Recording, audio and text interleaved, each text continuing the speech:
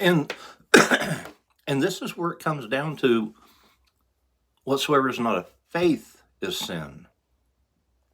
And the law is not of faith. So that if you're trying to be justified, made righteous by the works of the law instead of through the faith of Jesus Christ that we enter in water baptism, you're still underneath the sin and condemnation.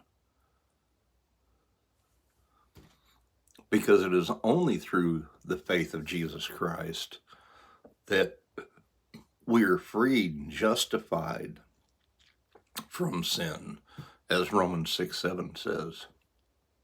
And preceding that, this body of sins dies with Jesus in water baptism, buried with him in baptism.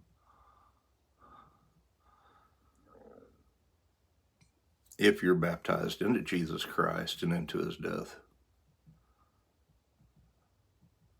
But if you're believing on a Trinity that doesn't exist, that power isn't in your life. And that's why you don't know it. You're still underneath the power of sin because it is only the grace of God that is in Jesus Christ. As the Apostle John said, the law came by Moses, but grace and truth came by Jesus Christ. We need to understand what that means, because it is his grace that liberates us from sin. So what does it say? Romans 6:14, that sin shall no longer have dominion over you, for you're not under the law, but under God's grace. The thing is people aren't experiencing the power of that because they haven't entered faith. Or if they did enter it, they're still listening to lies, and they're not walking by the faith of Jesus Christ.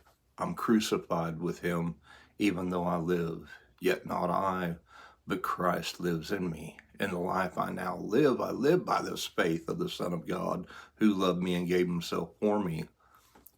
We enter this faith in water baptism, but people don't want to enter that faith. Well, the thief on the cross wasn't water baptized. Or either that, or they want to believe in a Trinity that doesn't exist when there's only one God.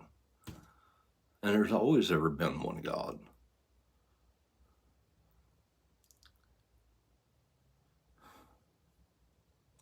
If you're still believing a lie, you're not going to enter the truth that makes you free.